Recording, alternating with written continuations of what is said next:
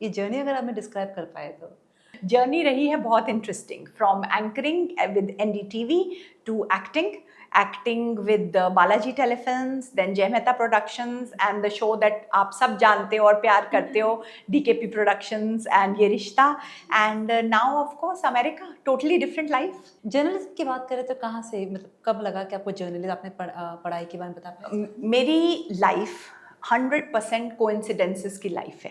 मैंने कभी भी किसी चीज़ के लिए प्लान नहीं किया, शायद इसीलिए बड़े मज़ेदार सी चीज़ें होती रहीं। एक टाइम आया जब सोचा कि अब कुछ तो नौकरी करनी चाहिए, तो जाके 2-3 इंटरव्यूज़ दे दिए। कोई ब्रिटिश एयरवेज़ में किसी को जानता था तो ब्रिटिश एयरवेज़ में नौकरी इंटरव्यू दे दिया।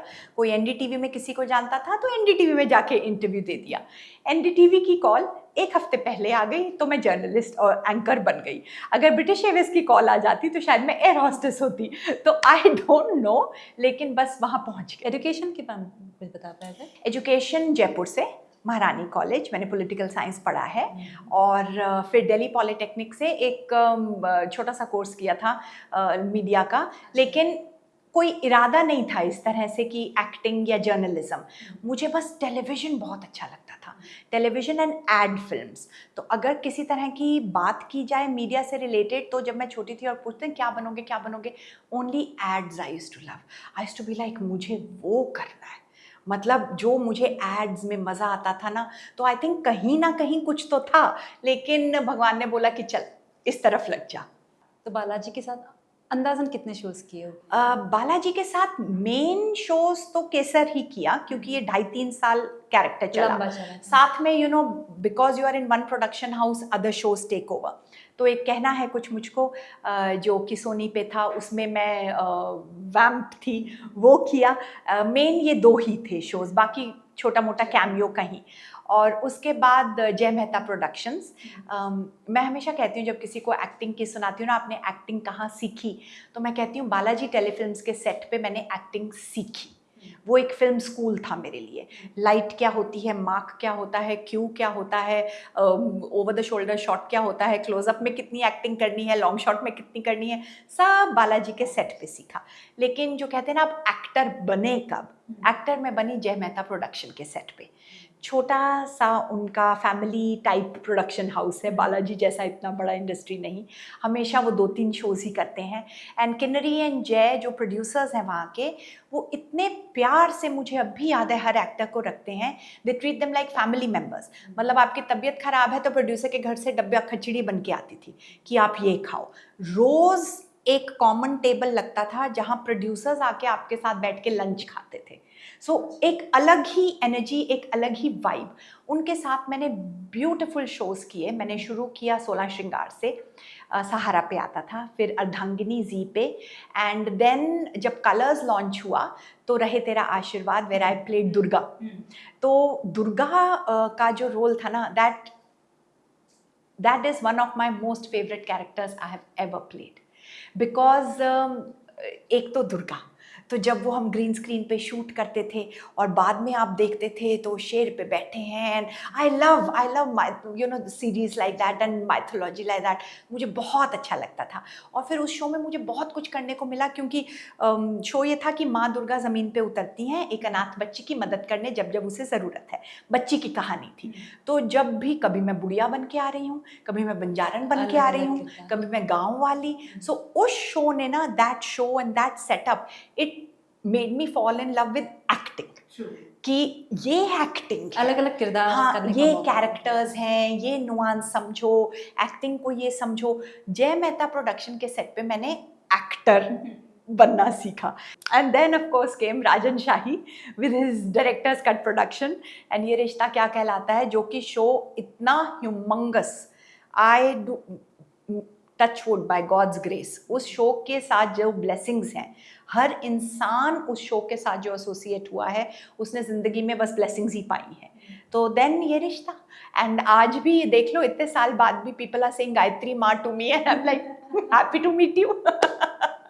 ना एक्टिंग के इस पड़ाव तक आना, इतनी ऊंचाई तक चढ़ना, स्पेशली गायत्री जैसा आपने जिक्र किया, इतना पॉपुलर हो गए और फिर अचानक से छोड़ के आप यूएस चले गए। तो व्हेन आई मेट सचिन और हम लोग एक दो साल मिलते रहे, बहुत हम यहाँ वहाँ दुनिया में घूमते रहे।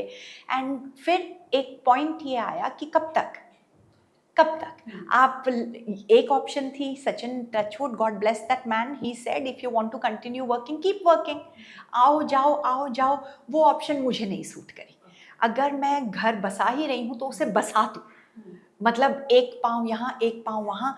एंड ना तब तक भगवान ने मेरे मन में बहुत शांति दे दी थी, मन खुश था, जैसे कहते हैं ना आत्मा तृप्त थी। तो आई वॉज वेरी हैप्पी, बहुत खुशी से, बहुत प्रेम से मैंने छोड़ा। And I was also very happy जिस तरह से प्रोड्यूसर्स ने, चैनल ने, शो ने मुझे गुड बाय बोला, बहुत प्रेम से, बहुत लव के साथ। ये नहीं था कि वो छोड़ रही है या ट्रैक खत्म करो या झगड़ा हो गया, कोई नाटक नहीं, with lot of blessings and love, बहुत प्रेम से छोड़ा। एंड अब अपनी अलग ज़िंदगी में जी रहे हैं। यूएस में लाइफ की अगर बात की जाए, वहाँ पे जब शुरुआत में आप यहाँ से वहाँ शिफ्ट हुई, शुरुआत के क्या क्या चैलेंजेस थे? फिर तो 10 साल में आपने, हमने देखा कि सोशल मीडिया पे आप काफ़ी एक्टिव थी, यूएस की लाइफ आप अपनी शेयर करती थी, वहाँ की लाइफ कैसी थी? यूएस के लिए ना चाहे आप कितना भी ट्रैवल कर लो, लेकिन वहाँ जाके रहना अलग बात हो जाती है।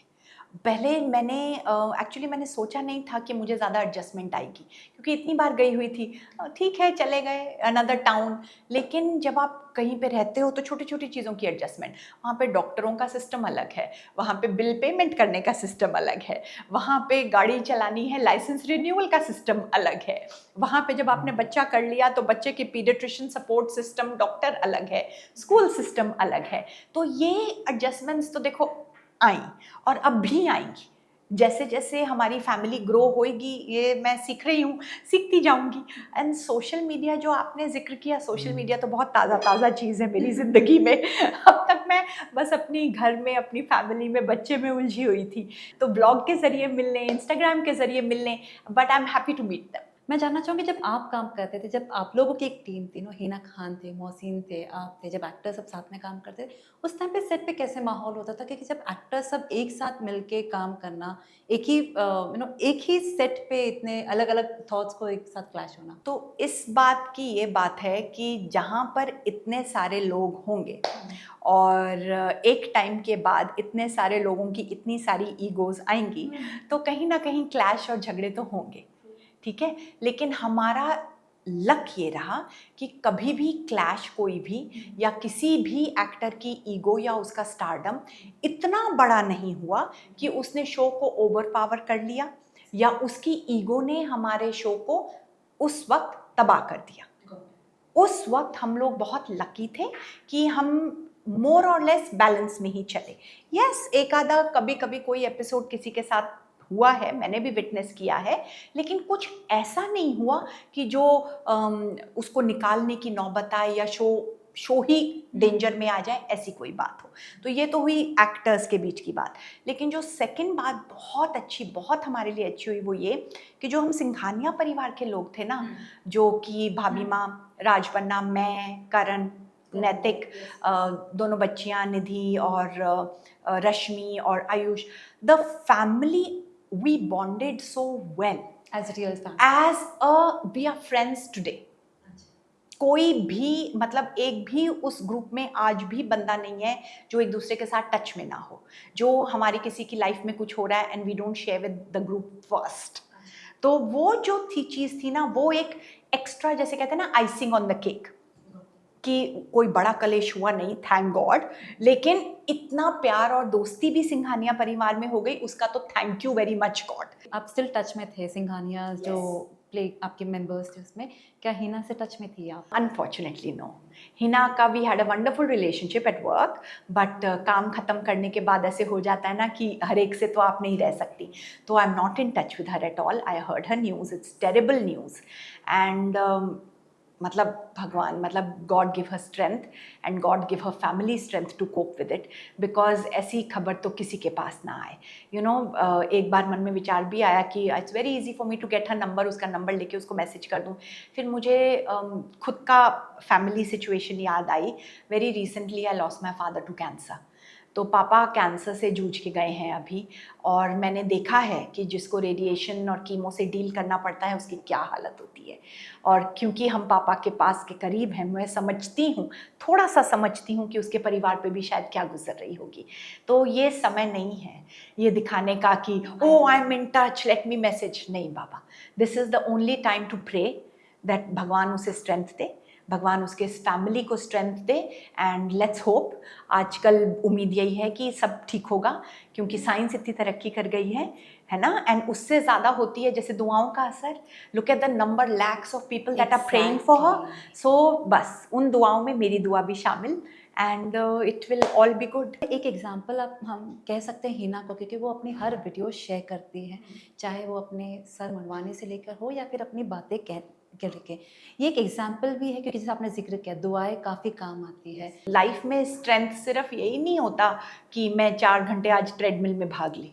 जो असली स्ट्रेंथ होता है ना, वो होता है आपका अंदर का strength, how you cope with things when they are not going your way. लेकिन ये जो स्ट्रेंथ है ना, may God give her more.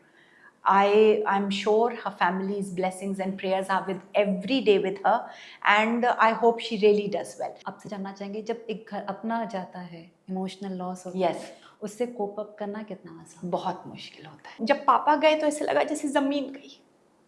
That's it. And it still takes me time to deal with it and process it. Every day it gets easier. लेकिन अब जैसे मैं तैयार नहीं थी तो ये हालत हो जाती। When I'm ready that उनकी डेथ एनिवर्सरी है या उनका बर्थडे है, then I'm very फिर दुनिया को दिखाने के लिए you do very well.